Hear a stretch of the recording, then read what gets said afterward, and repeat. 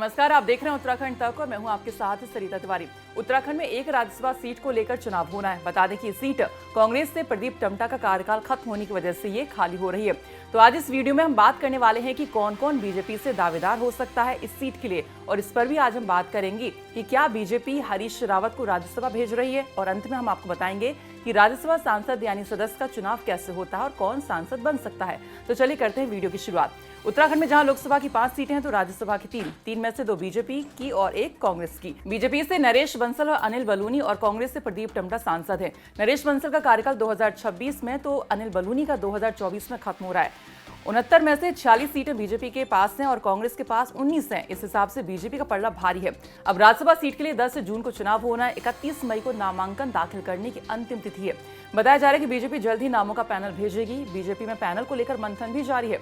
खबरें मिल रही है कि बीजेपी में एक राज्यसभा की सीट पर कई दावेदार हैं, लेकिन महज 6 के ही नाम बीजेपी पार्टी हाईकमान को भेजेगी, जिसमें से 3 महिला और 3 पुरुष हो सकते हैं। कयास ये भी लग रहे हैं कि पार्टी कैलाश गहतोड़ी को राज्यसभा भेज सकती है, क्योंकि पार्टी से ये दिखाना चाहेगी कि अपनी सीट छोड़ने वाले के लिए पार्टी सोचती है। वहीं दूसरा नाम पूर्व मुख्यमंत्री त्रिवेंद्र सिंह रावत का भी सामने आ रहा है। हो सकता है कि रावत को राज्यसभा भेज दिया जाए। वहीं एक नाम हरीश रावत का भी सामने आ रहा है, क्योंकि हरीश रावत जिस तरह से बार बार दिल्ली जाने की बात कर रहे हैं, उससे लग रहा है कि संकेत उनके इसी तरफ है। इसके अलावा पुष्कर सिंह धामी और सतपाल महाराज से उनकी मुलाकात के कई सियासी मायने भी निकाले जा रहे हैं। हालांकि उन्होंने इन दोनों से मुलाकात को लेकर कुछ और ही कहानी सुनाई है। वहीं बीजेपी की सरकार बनने के बाद हरीश रावत कभी सरकार के काम की तारीफ करते नजर आते हैं तो कभी कमियां निकालते हुए।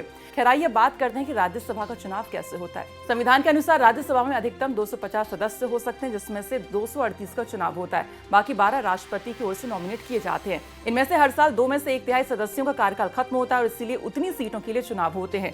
राज्यसभा के सदस्य का कार्यकाल 6 साल का होता है। राज्यसभा सदस्य के चुनाव में जनता द्वारा चुने गए जनप्रतिनिधि यानी विधायक वोट डालते हैं।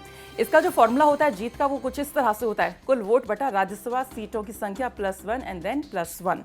मान लीजिए जैसे प्रदेश में 70 विधानसभा सीटें और 3 राज्यसभा की सीटें हैं, तो फॉर्मूले के हिसाब से 70 विधानसभा सीटों में आप +1 करेंगे, जो होगा 70/4 +1 यानी कि 70 में से आपको 4 को भाग देना है और फिर +1 कर देना है। तो इस हिसाब से भाग करने के बाद आता है 18.5, मतलब यहाँ पर 19 सीटें उस दावेदार को चाहिए होती हैं। इन चुनावों में जनता नहीं बल्कि जो विधायक होते हैं वोट डालते हैं। अभी प्रदेश में बीजेपी के विधायक ज्यादा हैं, तो बीजेपी का पलड़ा भारी है।